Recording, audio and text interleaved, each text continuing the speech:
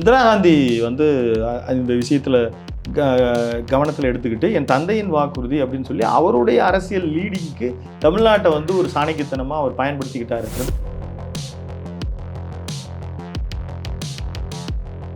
1930 காலகட்டங்களில் வந்து ஒரு மொழி போராட்டம் முதல்ல வெடிச்சுன்னு சொல்லலாம். அங்கே வந்து கரந்தை தமிழ் சங்கத்தை நம்ம முக்கியமாக குறிப்பிட வேணும். அது வந்து எங்கிருந்து ஸ்டார்ட் ஆச்சு?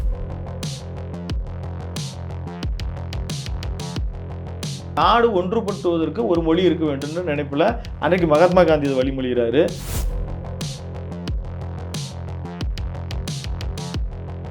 அந்த பெண்ணு கூட ஒரு கட்டத்தில் சொல்லுது, நான் தெலுங்கு இங்கே வலியுறுத்தினாலும் நான் எதிர்ப்பு தெரிவிப்பேன் அப்படின்ற மாதிரி. அந்த இந்த காளி பசங்களெல்லாம் நீங்கள் சுட வேண்டியது தானே, இவனுங்கெல்லாம் படிக்கிற வயசுல இவங்களுக்கெல்லாம் இது எது உள்ளே பிடிச்சி போலுங்க.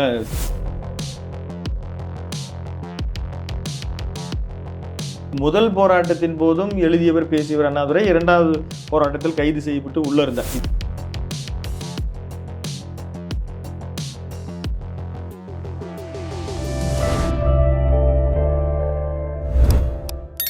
அறம் தமிழ் நேயர்களுக்கு வணக்கம். சமீபத்தில் தமிழ்நாட்டில் வெளியான பராசக்தி திரைப்படம் தமிழக அரசியலில் ஒரு பரபரப்பையும் ஒரு விவாதத்தையும் கிளப்பியுள்ளது. அந்த படத்தில் சொல்லிய கருத்துகள் சரியாக சொல்லியுள்ளவையா? இந்திய எதிர்ப்பு போராட்டம் எங்கு துவங்கி எங்கு முடிவடைந்தது? இது பற்றி பேச நம்மிடையே இருந்திருக்கிறார் அறம் தமிழ் ஆசிரியர் திரு விஜயராகவன் அவர்கள். சார் வணக்கம். வணக்கம் ராமகிருஷ்ணன். சார், தமிழ்நாடுனாலே வந்து இன்னைக்கும் இந்தியாவில் பேசப்படுறது வந்து மொழிக்கு எதிராக அவங்க போராடினவங்க. உலகத்திலேயே மொழிக்கு எதிராக முதல்ல போராட ஒரு இனம் தமிழ் இனம் அப்படின்னு கூட சொல்லப்படுது.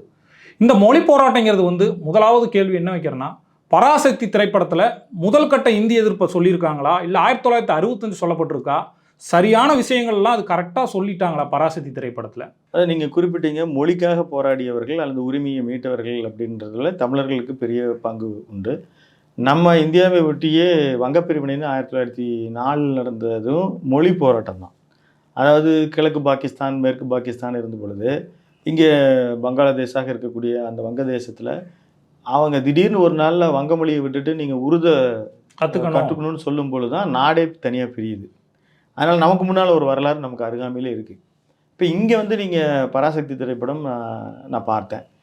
இப்போ அதிகமாக எல்லோரும் இதை பற்றி பேசுவதனால நம்ம பார்த்தோம். இதை குறித்து கலைஞர் அவர்கள் நெஞ்சுக்கு நீதியில் எழுதியிருக்கிறார். ஆனால் அதை பேசினா ஒரு சார்பாக ஆயிரும் அப்படின்றதுனால நான் ரெஃபர் பண்ணுறது என்னுடைய இது வந்து திருநாவுக்கரசு அவர்களுடைய திராவிட இயக்க எழுத்தாளர்களுடைய அவருடைய எழுத்துக்களை பின்பற்றி தான் நான் என் கருத்துக்களை சொல்ல போகிறேன். இதில் அவர் திருநாவுக்கரசு திராவிட இயக்கம் நீதி கட்சியினுடைய இதில் எல்லாத்தையுமே அதில் பெண்களுடைய பங்களிப்பு எல்லாமே எழுதியிருக்கிறார். இங்கு காட்சி அமைக்கப்பட்டிருக்கிற பராசக்தி திரைப்படத்தினுடைய இது வந்து 1965 பொள்ளாச்சியில் நடைபெற்ற ஒரு போராட்டம். இப்போ இன்றைக்கு வந்து நம்ம சமகாலத்தில் ஒரு தூத்துக்குடி துப்பாக்கி சூடு நடந்தது. அப்போ நடக்கும் பொழுது அது என்னெல்லாம் நடந்தது, அதற்கான ஒரு இன்றைக்கும் நம்ம புரிந்து கொள்றதுக்கு சிக்கலான பகுதிகள்லாம் இருக்குது. யார் வந்து முதலமைச்சரே ஆணையிடலை, யார் அங்கே ஆணையிட்டு எப்படி அவர்கள் வந்து மக்கள் நம்ம தமிழ் மக்கள் கொல்லப்பட்டார்கள் அப்படின்ற மாதிரியான ஒரு செய்தி நம்ம சமகாலத்தில் நம்ம இப்போ பார்க்குறோம் இல்லையா? அந்த மாதிரி பொள்ளாச்சியில் அந்த மாதிரி ஒரு மொழி எதிர்ப்பு போராட்டத்திற்கு ஒன்று திரண்ட ஒரு நம்ம மக்களின் மீது சிஆர்பிஎஃப் வரவழைக்கப்பட்டு கோயம்புத்தூர்லேருந்து வரவழைக்கப்பட்டு சுடப்பட்டார்கள். இப்படி சுடப்பட்ட பொழுது அங்கே ரெக்கார்டு அன்னைக்கு இருந்த நாளிதழ்கள் 22ன்னாங்க. திருநாவுக்கரசு திருநாவுக்கரசு அவர்கள் பதிவு செய்வது ஒரு 70 பேர் வந்து கொல்லப்பட்டிருக்கலாம், ஒரு உடல்கள் பலதும் கிடைக்கல அப்படின்ற செய்திகள் பதியப்படுகிறது. அதுக்கப்புறம் திராவிட இயக்க வரலாற்று ஆய்வாளர்கள் பலரும் வந்து 200க்கு மேலே இருக்குன்னு சொல்கிறாங்க. நம்ம சிறிய குழந்தை கொல்லப்பட்டது அது எல்லாத்தையுமே வந்து பல்வேறு காலகட்டத்தில் ஆக மொத்தத்தில் அங்கே வந்து ஒரு துப்பாக்கி சூடு நடந்தது, அடக்குமுறை அது செய்யப்பட்டது. அதற்கு முன்பும் அதற்கு பின்பும் அன்றைய தகவல் ஒலிபரப்புத்துறை மந்திரியாக இருந்த மத்திய அமைச்சராக இருந்த இந்திரா காந்தி வந்து இந்த விஷயத்தில் கவனத்தில் எடுத்துக்கிட்டு என் தந்தையின் வாக்குறுதி அப்படின்னு சொல்லி அவருடைய அரசியல் லீடிங்க்கு தமிழ்நாட்டை வந்து ஒரு சாணக்கியத்தனமாக அவர் பயன்படுத்திக்கிட்டாருன்றது ஒரு உண்மை. அதில் அவர்கள் காட்சிப்படுத்தியிருக்கிறார்கள். அது வரைக்கும் அவர்கள் காட்சிப்படுத்தியிருக்கிறார்கள். இதில் யாரையும் உயர்த்தி தாழ்த்தி இது வந்து திமுகவினுடைய ஏன்னா அது ஒரு 2 காலகட்டத்திலையுமே மாணவர் போராட்டத்தில் நடந்தது தான். 2 காலகட்டத்திலையுமே அதற்கு பங்களித்தவர் அப்படின்னு ஒரே மாதிரியான பங்களிப்பை தந்தவர், அதாவது எதிர்ப்பை பதிவு செய்தவர் அப்படின்னா அது மறைந்த முதல்வர் CN அண்ணாதுரையை சொல்லலாம். அவர் 1937 அவரோட வயது வந்து 31 வயதாக இருந்த பொழுதும் அவர் பேச்சின் வழியாக அவர் பேசினார். அதற்கு பிறகு அவர் பாராளுமன்றத்தில் கூட இந்திய எதிர்ப்பு குறித்து பேசினார். நீங்கள் ஏன் எல்லாரும் ஏற்றுக்கிற பொழுது நீங்கள் ஏன் இந்தியை ஏற்றுக்கொள்ளவில்லை அப்படின்ற போது பாராளுமன்றத்தில் அவர் பதிவு செய்கிறார். என்னன்னா, இந்தியா எங்கு ஒரு தேசிய பறவையாக அறிவிக்கணும்னா காக்கை தான் அறிவிக்கணும், நீங்கள் ஏன் மயில் தேர்ந்தெடுத்திருக்கீங்க, அதான் அதிகமாக இருக்கு, காக்கை அறிவிச்சுட்டு போகலாமே அப்படின்னு கேட்டார். அப்படின்ற மாதிரியான கேள்விகளை அவர் தொடர்ந்து பதிவு செஞ்சுட்டு வந்தார். அதற்கு பிறகு அந்த இந்திய எதிர்ப்பு போராட்டத்தில் இவரெல்லாம் தூண்டுறாரு, பேசுகிறாரு அப்படின்னு சொல்லி அவர் கைது செய்யப்பட்டு சிறையில் இருந்தார். அந்த 2 காலகட்டத்திலையும் ஒரே மாதிரியான நிலைப்பாட்டில் இருந்தவர் CN அண்ணாதுரை அவர்கள். ஆனால் பெரியார் ராஜாஜி அவர்களும் முதல்ல வந்து ஒருத்தர் ஆதரிக்கிறார், மறுபடியும் மறுக்கிறார். 2வது ஒருவர் அவர் ஆதரவு மறுப்பு நிலைப்பாடு மாறுகிறது. முதல்ல வந்து 1930 காலகட்டங்களில் வந்து ஒரு மொழி போராட்டம் முதல்ல வெடிச்சுன்னு சொல்லலாம். அப்போ வந்து பெரியாரா இருக்கட்டும், மறைமலை அடிகள்லாம் இருக்கட்டும், நிறைய பேர் போராடினாங்க. அங்கே வந்து கரந்தை தமிழ் சங்கத்தை நம்ம முக்கியமாக குறிப்பிட வேணும். அது வந்து எங்கிருந்து ஸ்டார்ட் ஆச்சு, அதை பற்றி சொல்ல முடியுமா? 1930 காலகட்டங்கள் 35 அது தீவிரமாச்சு. கரந்தை தமிழ் சங்கத்தை பற்றி மட்டுமே தனியாக நம்ம காணொலி பேசலாம். அது 1909 காலகட்டத்திலே துவக்கப்பட்ட ஒரு மொழி அமைப்பு. இன்றைக்கும் தஞ்சை தமிழ் பல்கலைக்கழகத்தில் வெற்றிகரமாக தஞ்சையில் அது நடந்துட்டு இருக்கு. தஞ்சாவூர்லேருந்து 3 கிலோமீட்டரில் நடந்துட்டு இருக்குது. கரந்தை தமிழ் சங்கம் 1919 வந்து நம்ம உயர்தனி செம்மொழின்னு சொல்லி அவங்க நிறைவேற்றுகிறார்கள். அதைத்தான் பின்னால் 4வது தமிழ் சங்கத்தில் பாண்டித்துரை எடுத்துகிட்டு போய் பேசுகிறார். அதற்கு பிறகு பலரும் அது வந்து வலியுறுத்துறாங்க. அந்த அளவுக்கு கான்ட்ரிபியூஷன் இருக்குது. அவர் ராதாகிருஷ்ணன் ஒருவர் துவங்குறார். அப்புறம் தமிழ்வேல் உமா மகேஸ்வரனார் இவர் தான் வந்து அந்த தீர்மானங்கள் எல்லாம் நிறைவேற்றி முதல் இந்த பிறமொழி கலவாமல் பேச வேண்டும், அவர்கள் வந்து தமிழ் பொழில் அப்படின்னு சொல்லி ஆரம்பிக்கிறாங்க. இதற்கு தூண்டப்பட்டு தான் பிறகு வேதாச்சலமாக இருக்கக்கூடிய தனித்தமிழ் இயக்கத்தில் இருக்கிற மறைமலை அடிகளார்கள்லாம் வந்து இதுக்கு செயலாற்றுறாங்க. அதில் இப்போ பெண்களும் வந்து பெரிய அளவில் அது பணியாற்றுகிறார்கள். மறைமலை அடிகளாரினுடைய மகள் நீலாம்பிகை அம்பியாரினுடைய செயல்பாடும் அதிகமாக இருக்குது. அவருடைய மகன் திருநாவுக்கரசு. இப்போ 2 நான் சொல்ல வரலாற்று ஆய்வாளர் திருநாவுக்கரசு வேற, ஒரு மறைமலை அடிகளாரினுடைய மகன் அறிவுக்குத்து அப்படின்லாம் எழுதியிருக்கிறாரு. அவர் அந்த திருநாவுக்கரசு வேற. அவர் வந்து சில விஷயங்களை ஆவணப்படுத்தியிருக்கிறார். நாம் சொல்லக்கூடிய இந்த காலகட்டம் 1935ஆம் ஆண்டு ஏற்படுது. அதாவது அதற்கு முன்னால் 1920களிலே தேர்தல் நடக்கிறது. அப்போ நீதி கட்சிகள் எல்லாம் பல்வேறு விஷயங்கள், அதாவது பல ஆட்சி கட்டில் எல்லாம் அமர்றாங்க. அது தனி வரலாறு. அப்புறம் காங்கிரஸ் வந்து நாமளும் தேர்தலில் போட்டியிட வேண்டும் அப்படின்னு 2 பிரிவாக பிரிக்கப்படுகிறது. ஃபர்ஸ்ட் அவங்க வந்து தேர்தலில் போட்டியிடல, அதுக்கப்புறம் போட்டியிட 35 அவர்கள் வந்து அது 2ஆ பிரிவு. CR தாஸ்ன்னு சொல்லி சித்தரஞ்சன் தாஸ், இன்னைக்கு நம்ம CM குடியிருக்கிறாரு, அந்த தெருவினுடைய பெயரை தாங்கி இருக்கிறார். அவர் தான் வந்து முதல்ல முன்மொழிகிறாரு. அப்போ காங்கிரஸ் போட்டியிடும்போது காங்கிரஸ் என்றைக்கு தேர்தல் போட்டியிடுறதோ அன்றைக்கு தேர்தல் வரலாற்றில் வந்து நீதி கட்சி வந்து அப்படி பின்தங்கிடுது. அப்போது தமிழ்நாட்டில் பிரீமியர் இப்போ முதன்மை அமைச்சர்னு சொல்லுவாங்க, பிரீமியராக வந்து தேர்ந்தெடுக்கப்படுகிறார் ராஜகோபாலாச்சாரியார். அவர் வந்து 6, 7, 8, 9 இந்த வகுப்புகளுக்கு இந்தி கூட கிடையாது, அது வந்து இந்துஸ்தானின்னு ஒரு லாங்குவேஜ். அப்போது அந்த இந்துஸ்தானி லாங்குவேஜ்ன்றதை வந்து ஒரு மக்களுக்கு வந்து அறிமுகப்படுத்தி அதுக்கு 125 அரசு பள்ளிகளில் அவர் கொண்டு வந்து நிறுத்துறாரு.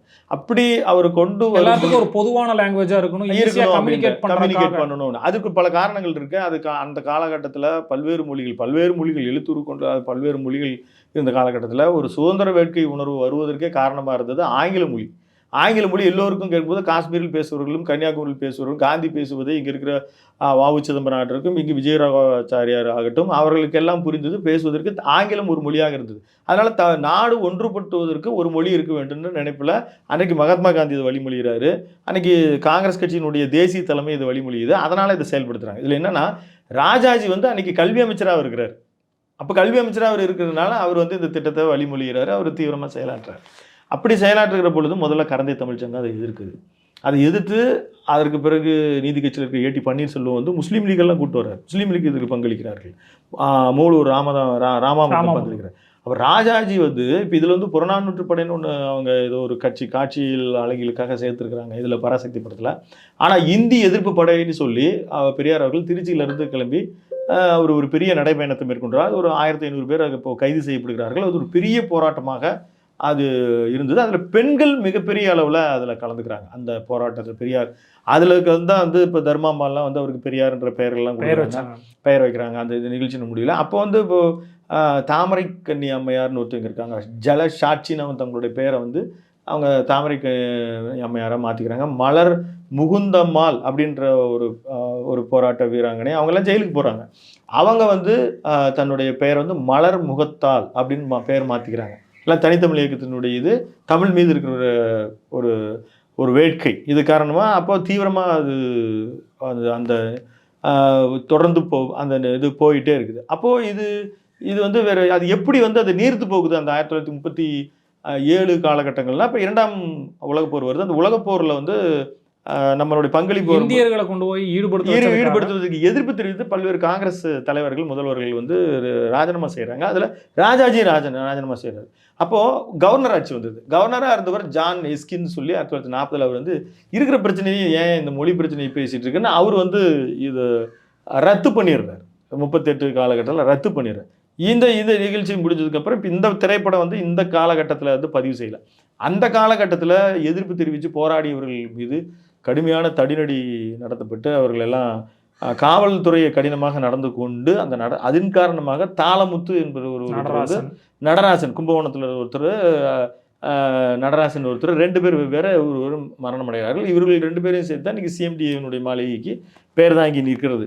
அது வந்து அன்றைக்கி அது ஒரு உணர்ச்சி பூர்வமான ஒரு உணர்ச்சி கொந்தளிப்புக்கு அது காரணமாக இருந்தது. இது காலகட்டம் இந்த ஃபர்ஸ்ட் பீரியட் இது முடிஞ்சிருது.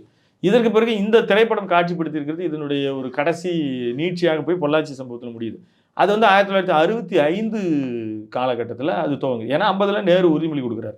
ஏன்னா நீங்கள் வந்து அப்போ நீங்கள் ஒரு காலக்கெடு விதிக்கிறார் தானே, ஒரு 15 ஆண்டுகள் இந்தி இருக்கும். அது அப்படி தான் திரைப்படம் வந்து தொடங்குது. 15 ஆண்டுகள் உங்களுக்கு வந்து 1950லேருந்து தான் பராசக்தி திரைப்படம் வந்து தொடங்குது. அந்த போராட்ட காலத்தில் சிவகார்த்திகேயன் முதல்ல நிற்கிறாரு. அவர் வந்து ஸ்டார்ட் பண்ணிவிட்டு மறுபடியும் 15 ஆண்டுகள் கழித்து மீண்டும் தொடங்குது. அந்த கதையிலே என்ன சொல்கிறாங்கன்னா, நாங்கள் வந்து திரை வடிவத்தில் இந்தியை கற்றுக்கொள்வதற்கு நாங்கள் எதிரி இல்லை. அவர் வந்து ஒரு தெலுங்கு பெண்ணை திருமணம் காதலிக்கிறார். அந்த பெண்ணும் கூட ஒரு கட்டத்தில் சொல்லுது, நான் தெலுங்கு இங்கே வலியுறுத்தினாலும் நான் எதிர்ப்பு தெரிவிப்பேன் அப்படின்ற மாதிரி. அந்த இங்கே நான் தெலுங்கராக இருந்தால் கூட தெலுங்கே ஆட்சி மொழியாக வந்தாலும் எதிர்க்கிறது நாங்கள் தான் முதல்ல அப்படிங்கிற மாதிரி வசனங்கள் அப்படின்னு இடம்பெற்றிருக்கு. அது வந்து காட்சியில் மக்களுக்கு எளிதாக புரிகிற வகையில் இப்படி இந்தி கொண்டு வருகிற பொழுது இப்போ கொண்டு வர முயற்சி 15 ஆண்டுகள் முடிந்த பிறகு 1964 ஏப்ரலில் நினைக்கிறேன் ஜவஹர்லால் நேரு அவர்கள் மரணமடைகிறார்.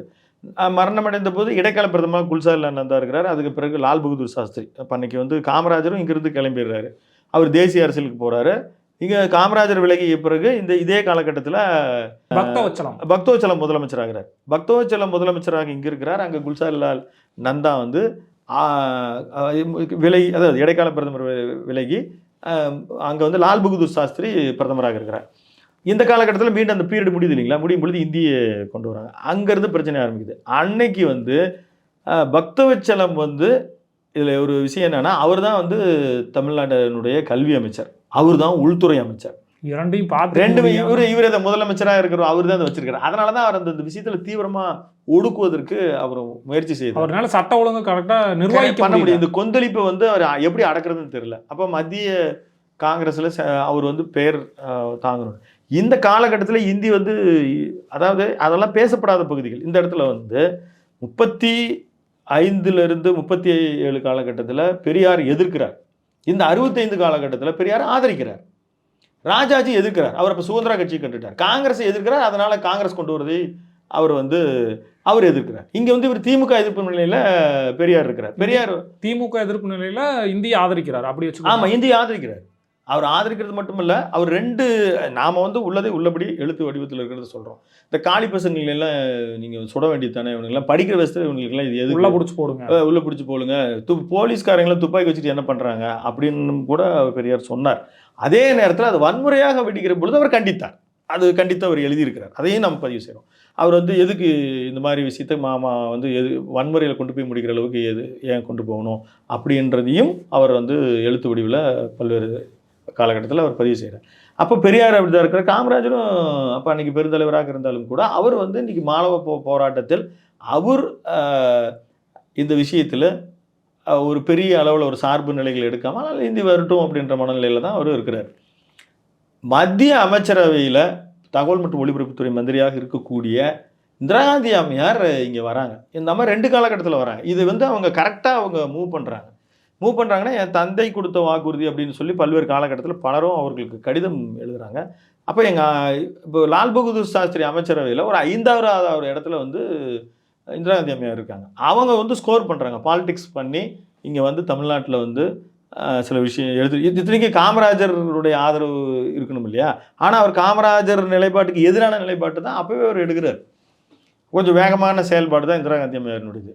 அதே மாதிரி பொள்ளாச்சி சம்பவம், அந்த கலவரம் ஏற்பட்டு துப்பாக்கி சூடு நடக்குது இல்லையா? அதை முடிஞ்சது போது இந்திரா காந்தி வந்து மருத்துவமனையில் பார்க்குறாங்க.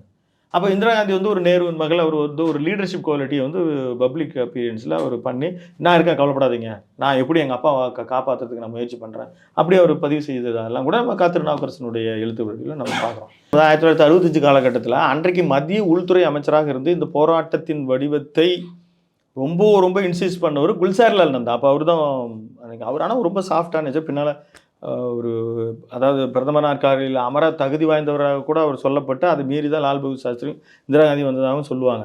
அவர் ரொம்ப ஸ்ட்ரிக்டாக இருந்தார். சிஆர்பிஎஃப் எல்லாம் அனுப்புனது அதெல்லாமே அவர் தான். அப்போ கல்வி அமைச்சராக இருந்தவர் சாக்லான்னு சொல்லி ஒரு அவர் வந்து ஒரு உச்சநீதிமன்ற நீதிபதியாக இருந்தவர்.